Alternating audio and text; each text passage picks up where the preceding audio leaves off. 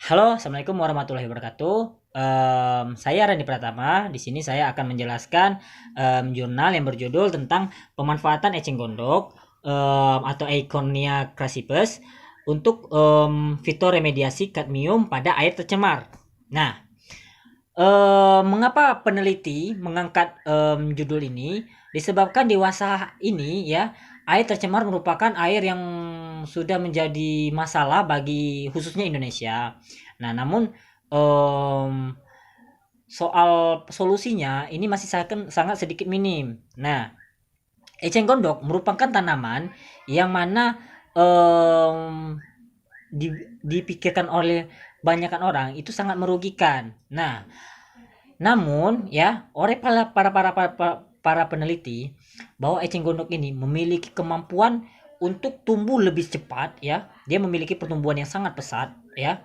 Dan juga eceng gondok ini jumlahnya juga banyak ya dan mudah ditemui. Nah, oleh karena itu sifat-sifat dari eceng gondok inilah peneliti ingin melakukan penelitian terhadap tanaman ini. Dan juga ya, tanaman ini juga mampu meresap ya, mengambil logam-logam di sekitarnya. Nah, kadmium yang merupakan masalah dari titik fokus di sini dari masalah artikel ini ya, telah em, banyak diteliti dan sudah dilakukan beberapa penelitian bahwa beberapa di daerah ya, bahwa kadmium ini di Bekasi misalnya itu terdapat kandungan pada airnya itu sebanyak 0,001 miligram per liter. Selanjutnya di daerah misalnya di Bekasi, tadi di Bekasi ya, oh di Jatiluhur misalnya, itu sudah terdapat 0,02 miligram per liter. Nah, selanjutnya juga misalnya di daerah Citarum itu sudah terdapat 0,005 miligram per liter. Nah, jikalau kadmium ini terkontaminasi oleh tubuh, itu akan mengakibatkan kerusakan pada tubuh, misalnya rusak hati, paru-paru, tekanan darah tinggi, bahkan kerusakan tulang, kerapuhan tulang ya. Nah, jadi bahan dan metode dari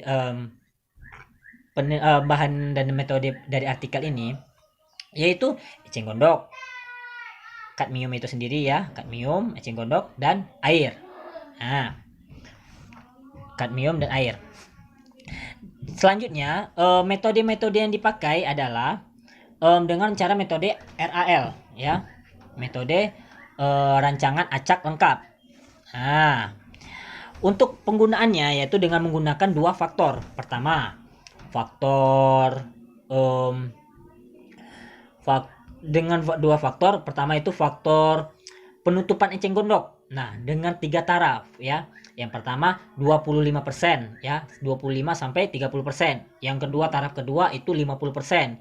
Yang ketiga itu taraf 75% hingga 90%. Nah, kalau yang untuk taraf yang faktor yang kedua itu memiliki juga tiga taraf. Di jurnal itu tertulis 4 taraf, namun disebutkan hanya 3 taraf.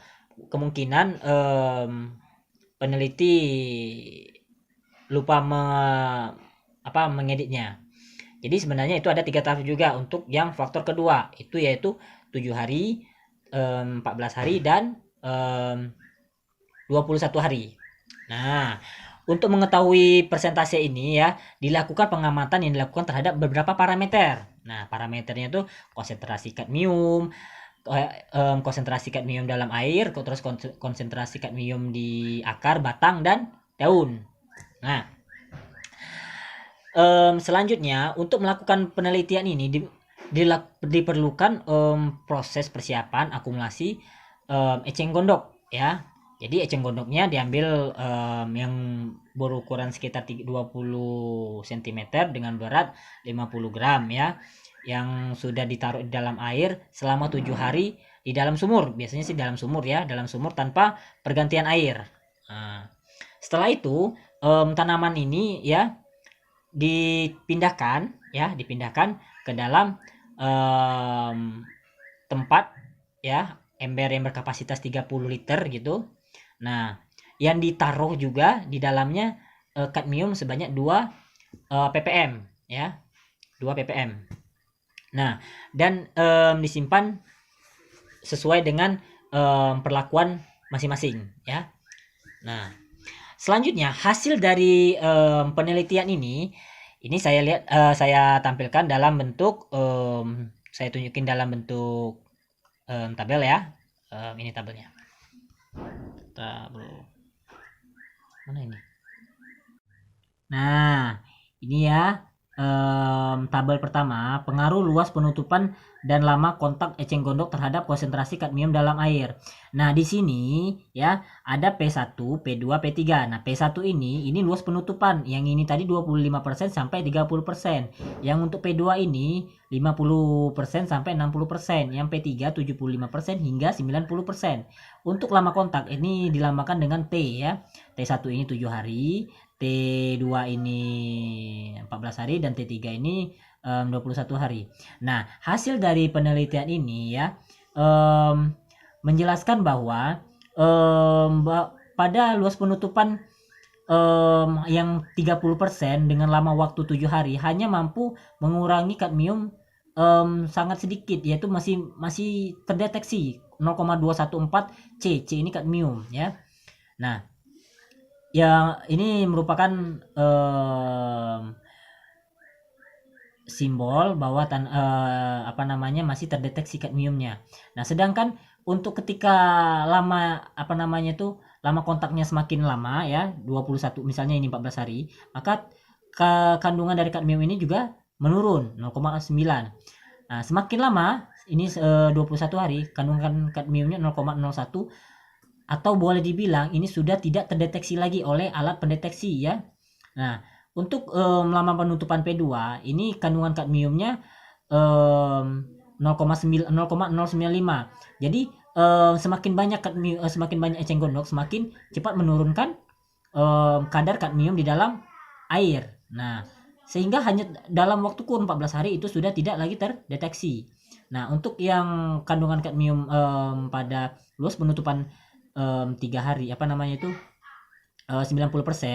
itu T1-nya atau hanya dalam waktu 1 minggu 7 hari ya, 1 minggu itu sudah mampu mengurangi sebanyak 0,43, sedangkan pada minggu keduanya itu juga sudah tidak terdeteksi kembali. Nah, selanjutnya ada lagi tabel kedua. Ini merupakan tabel penurunan kadmium pada air dengan perlakuan luas penutupan eceng gondok. Nah, ini tadi ya. Sehingga pada luas penutupan 30% ini mampu ya membutuhkan waktu selama 90 hari pula. Membutuhkan waktu sampai tadi 21 hari ya, agar air tersebut kembali tidak mengandung kadmium kembali. Nah, untuk yang luas penutupan hanya 60% membutuhkan waktu juga sama dengan yang luas penutupan 90%. Jadi dua ini sama ya. Jadi lama kontaknya hanya butuh waktu selama 14 hari. Nah, untuk tabel selanjutnya ya, ini tabel merupakan bagian konsentrasi kadmium pada bagian tumbuhan eceng gondok. Nah, pada tumbuhan eceng gondok yaitu ya perlakuannya itu paling banyak kadmium hanya terdapat pada akar. Ya. Disebabkan kenapa pada akar ini lebih banyak kandungan kadmiumnya dibandingin dengan batang ataupun daun. Disebabkan pada akar kadmium ini diserap terlebih dahulu, berkumpul di sini semuanya ya. Baru akan masuk ke dalam batang eceng gondok karena ada proses juga translokasi ya yang melewati xilem dan floem ya. Jadi semakin ke bagian-bagian tumbuhan eceng gondok tertentu semakin sedikit kandungannya ya. Nah, selanjutnya pada tabel di sini ya ada histogram akumulasi kadmium pada bagian tanaman yang diperlakukan luas penutupan eceng gondok dalam waktu 7 hari, bahwa untuk kandungan pada akar ya, pada akar dengan kadmium pada akar dengan luas permukaan 30% ya, itu sangat tinggi dibandingkan yang luas penutupannya hanya 60%. Nah, sehingga di sini dijelaskan bahwa pada lama kontak eceng gondok 7 hari, konsentrasi kadmium tertinggi pada akar terdapat pada luas penutupan 30% dibandingkan yang 60% ya. Selanjutnya juga hal ini didukung juga pada data selanjutnya, yaitu data luas penutupan lama selama 14 hari, bahwa selama yang untuk 30% juga tertinggi ya, juga tertinggi. Nah, pada lama kontak ecek gondok yang untuk 21 hari ya, ini sebaliknya malah 60%.